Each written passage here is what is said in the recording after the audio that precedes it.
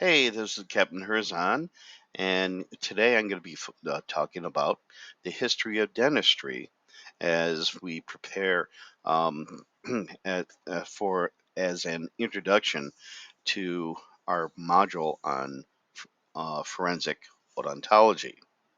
Um, just announcing that there is a 15-minute uh, uh, dental history quiz that you can take after watching this. And please note the deadlines.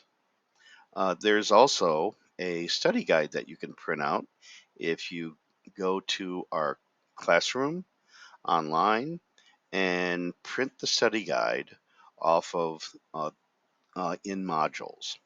Okay, but now let's get on with the show and hit the next slide. We'll follow a progression of looking at the history of dentistry first, and then we'll get into the anatomy and physiology of teeth. Um, Once that you have that, you'll be able to utilize um, a lot of resources, particularly um, dental x-rays, um, to see its application in forensic odontology. And what do we use forensically? What do we use teeth to help us identify remains of individuals?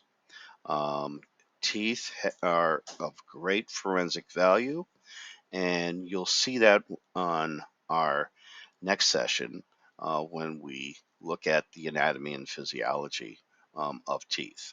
So it's just kind of like introducing the term forensic odontology. Um, Odontology, the Greek derivation of that, broken down into the prefix odont, which means having teeth. And then the suffix ology is the study of. So this is the study of having teeth. Now, with the term forensic preceding it, it now becomes a legal matter. Okay, so the entire um, um, meaning of forensic odontology is by the application of dentistry in legal proceedings deriving from evidence that pertains to teeth. Now, dentistry in the ancient times. There's um, there's a text in well, let me just say, dental decay has been around for centuries, and one of the first scientific theories of it dates back to the southern regions of Mesopotamia that you see right here, outlined in red, um, in the kingdom of Sumeria. Okay. Um, if we were to fatten out Sumerian civilization, this was the time around 2500 BCE. Okay. Um, but there's actually some text that was discovered even 2,500 years earlier. Just to fast forward to the present day, if you were looking at this map, we have the Mediterranean Sea here. Okay, this is where Egypt would be located, and Cairo would be located. Uh, Cairo would be located right here. Of course, here is the Red Sea. We had Saudi Arabia, Palestine, Israel, Jordan, and then we would have Iraq. Oh, I'm sorry, Iran, and then Iraq. Okay. These two rivers are famous rivers, the Tigris and the Euphrates, which would lead into the Persian Gulf. All right, here. Um, Now, on a lot of my slides, I'm be on the lookout for some links. And if you want to know more about Sumerian civilization, just click on this link here, a copy of this presentation is actually in our classroom under modules.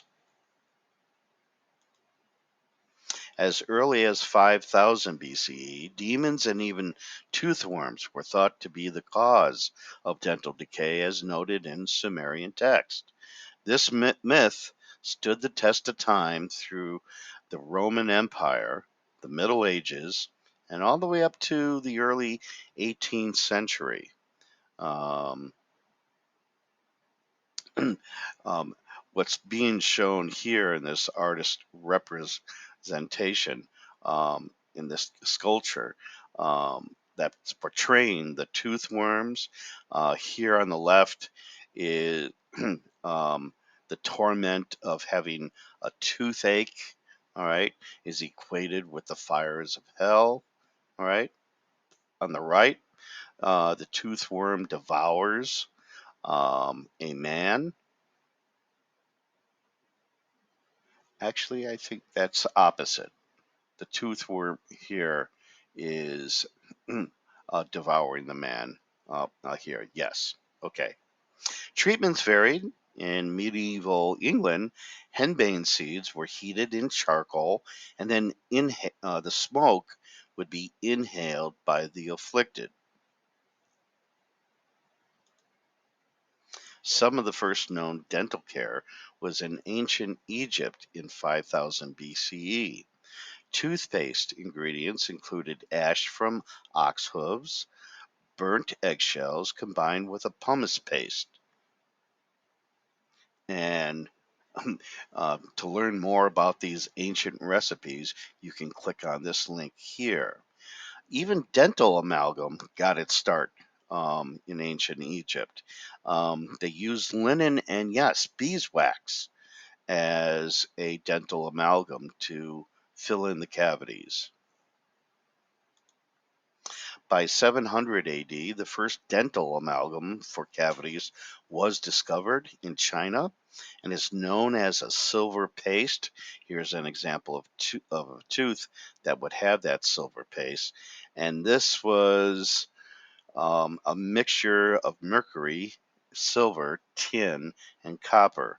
And today we know how dangerous mercury is and mercury poisoning. So undoubtedly it would be used in these days. Okay. Advanced dental techniques were common amongst Chinese physicians by evidence of the first use of dentures. In 1210, the Guild of Barbers was reestablished in France into surgeons and then barber surgeons. So here is a painting showing a barber shop, and as typical barbershops would offer um, some shaves here on the far right. Here's a man cleaning up after getting um, his shave, and this actually looks like a woman getting a tooth extraction. Okay.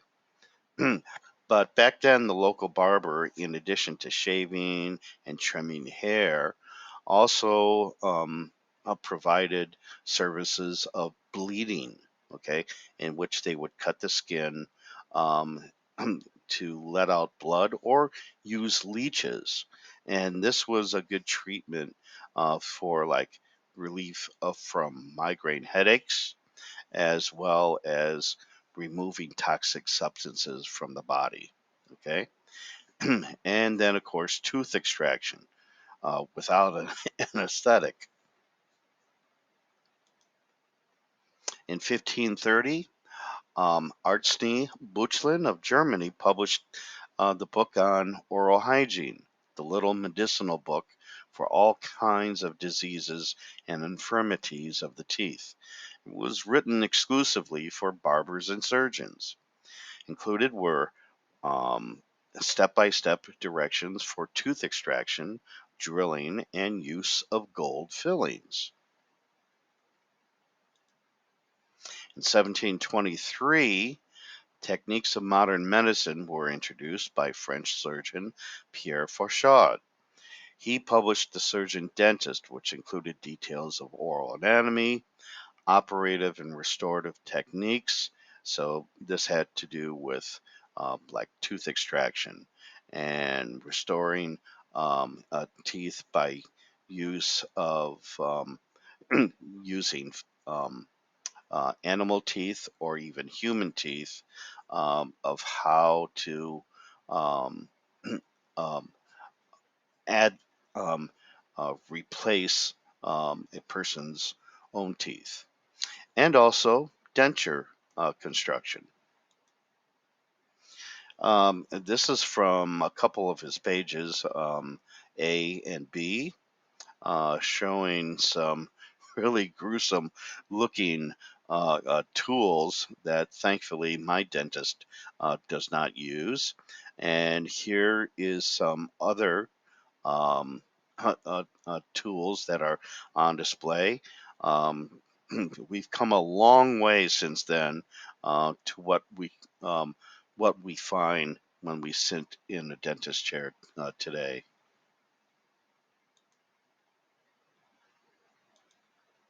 Now, this is something I really wanted to show you that was special. Um, this is a dental pelican, and this was one of the first tools used to extract teeth. Oh my gosh, how this would work today! I don't think anybody would sign up for this. Now, why is it called a dental pelican? Well, look here. These two long arms actually resemble a pelican or the beak of a pelican. So you can see that. Now, I added a clip art of a tooth to give you kind of like um, an imaginary image. So the red line would be the patient's gum line. And you can see how these parts would actually have to go underneath the gum line. And this is actually called um, the crown of the tooth, and then you would have the neck. Okay, so it would really fasten to the tooth right at the base of the crown. Okay, and then grabbing one of this end and then pulling upward, and this would bring this device um, downward in between the roots, and hence there would be extraction of the tooth and probably some of the gum and maybe some teeth that were located next to it. So yes, there was probably some blood loss. Um, there is a link here that you can go to a blog that explains all about dental pelicans and their use. It's kind of interesting. Thankfully, we've come a long way since then. In 1766, the United States got their first medically trained dentist by the name of John Baker. He arrived in New York from England, but then he settled in Boston and he promoted himself as an operator for the teeth. And he would travel through the colonies selling toothpaste, fixing loose teeth, and making dental implants. And he also would take out an ad in the local newspaper announcing his plans of travel, okay, and what areas of the colonies he would be visiting in the upcoming days or weeks or months, okay. So, more information about um, Baker, um, and um, when he came into the States, he didn't stay in Boston per se, but he continued on moving to, if I can close this, Williamsburg, Virginia. a few years later. I found this paper just doing some research. This is one of the results of Britain's Stamp Act in 1765, precluding um, uh, the Revolutionary War. This is a newspaper advertising the end of its business due to the price of the Stamp Act. And it's kind of like how the newspapers that were going out of business would sign off. Um, it's it's just kind of humorous reading this expiring in the hopes of resurrection to life once again. It's interesting when you're doing some research on the internet. You never know where it's going to take you, um, and um, you get surprised. In 1772, Dr. Baker removed several troublesome teeth from a planter in Mount Vernon. You recognize that photograph? Yep, it's him. Okay, before his presidency. Um, um, George Washington in 1772. This is a painting of him in his Virginia Regiment uniform, 12 years after his service in the French Indian War. A year later, he writes words of praise of about Baker that stayed several days. Um, Washington had a lot of problems with his teeth. Okay, and actually, um, in 1789, he only had one of his original teeth left in his mouth during the inaugural address. And, he didn't give the inaugural address, um, you know, with not showing any teeth. He had dentures made for him. And it probably wasn't very easy to speak while you had these dentures.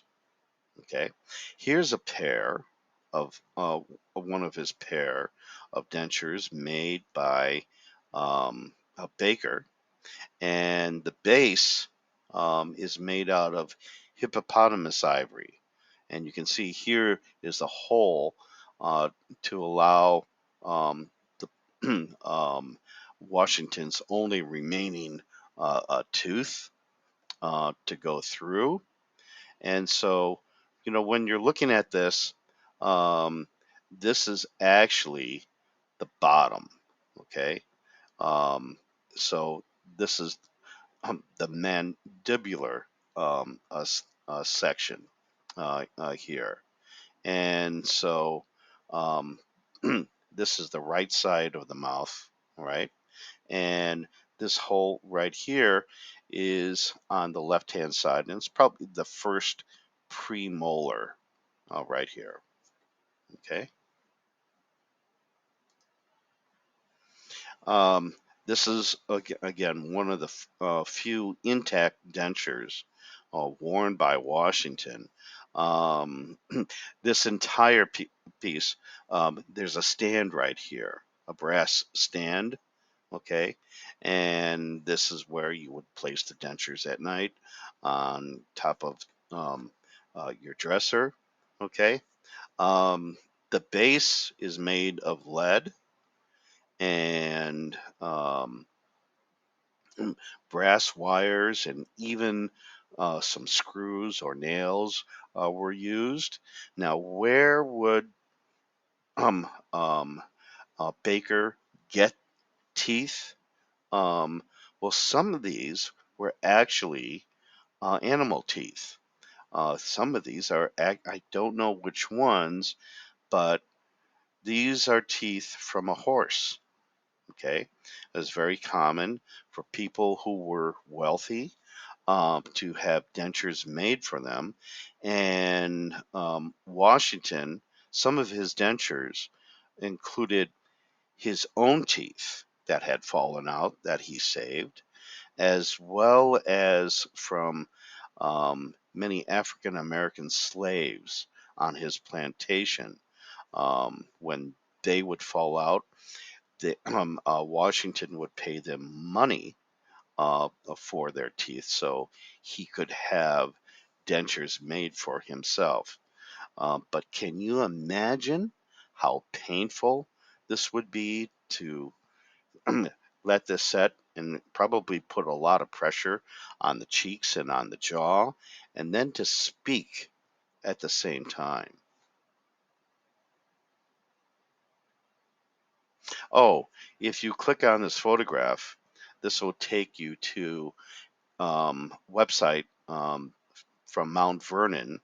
It's a museum, and all about the false teeth and how, you know, surprise, surprise, George Washington, he did not have uh, teeth made or implants made out of wood. Okay, so that can dispels that theory. And actually, there's a great video here to watch. So please take a look at this. Here is another. I show this picture right here as well.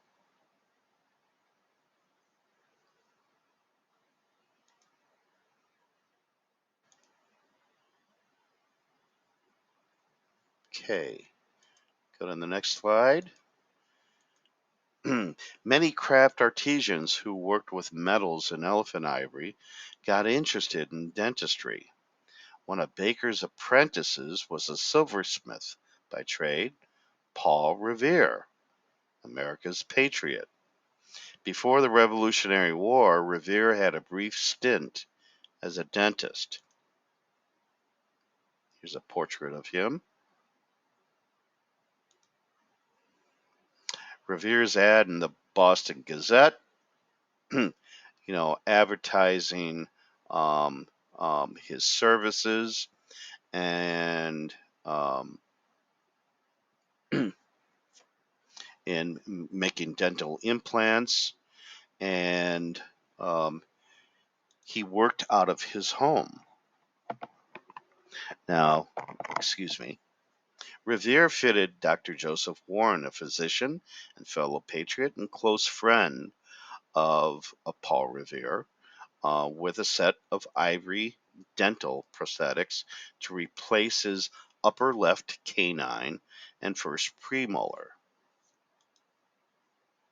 As part of the resistance to King George III's rule, Revere was one of the ringleaders of the Boston Tea Party in 1773.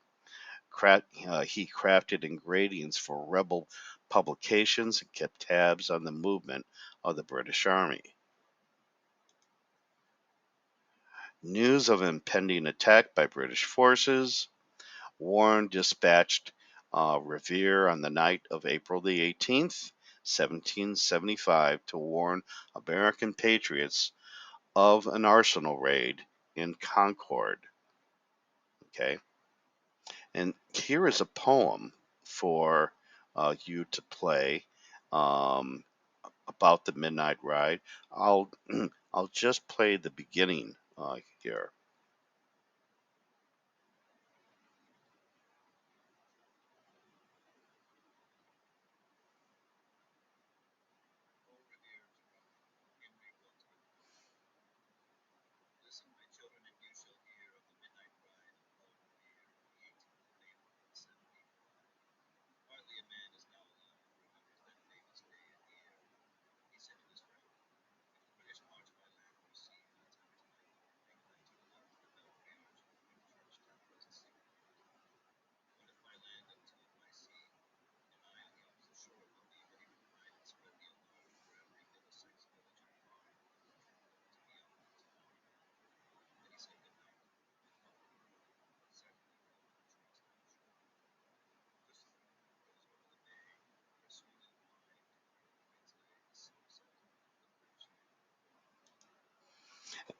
You can watch the full part of this video just by accessing this presentation in modules in our digital classroom.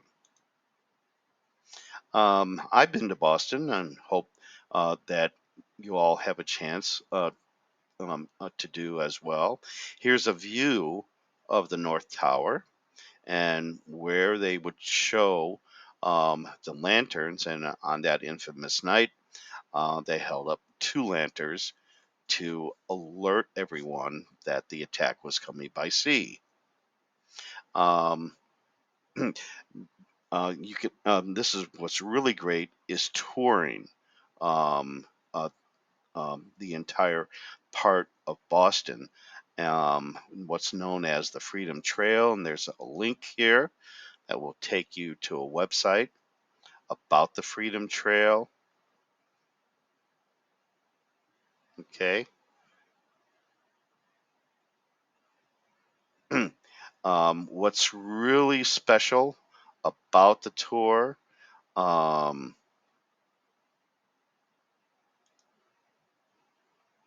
is that every single tour, um, you your guide is dressed up in colonial clothes, and that's really kind of neat.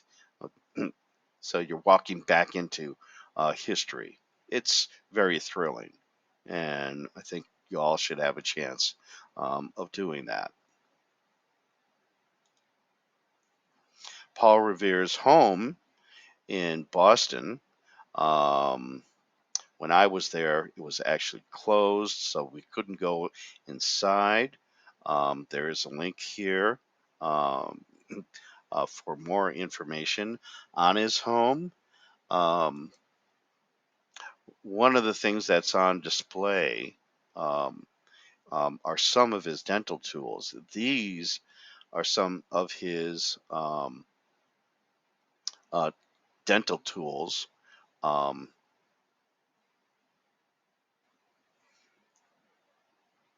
that are on display at the National Museum of Health and Medicine in Wootton, Maryland. Now, you might be thinking, okay, this is great American history, but what's the application in forensic odontology? Well, um, recall the Battle of Bunker Hill in June of 1775. That is where General Warren died in battle. Okay, British troops um, recognized his uniform, knew he was an important leader um, of of the American Revolution.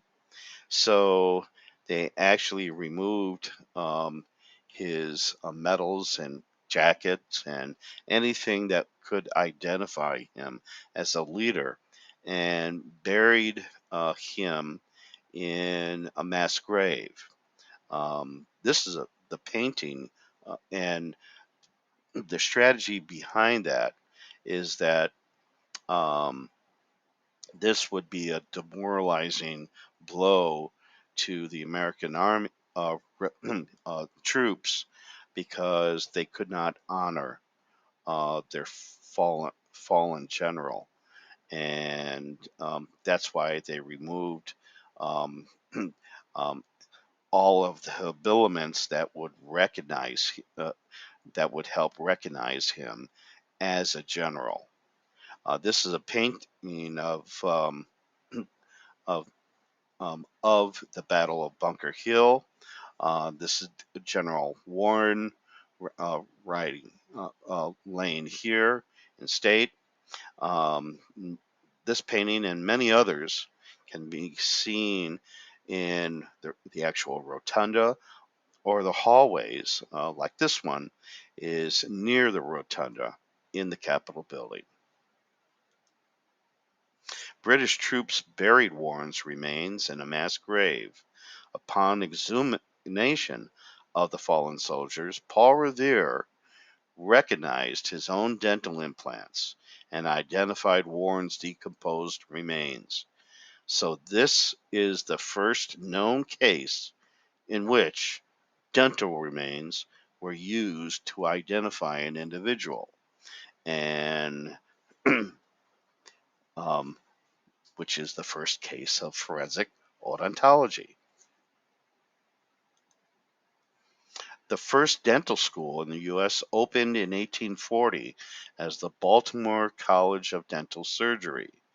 The college is now part of the University of Maryland and is one of the oldest dental schools in the world. Okay, this building has long been replaced. There's the updated dental school, which has a great program, and you can see all the best technology um, for educating the students into their graduation to become actual dentists.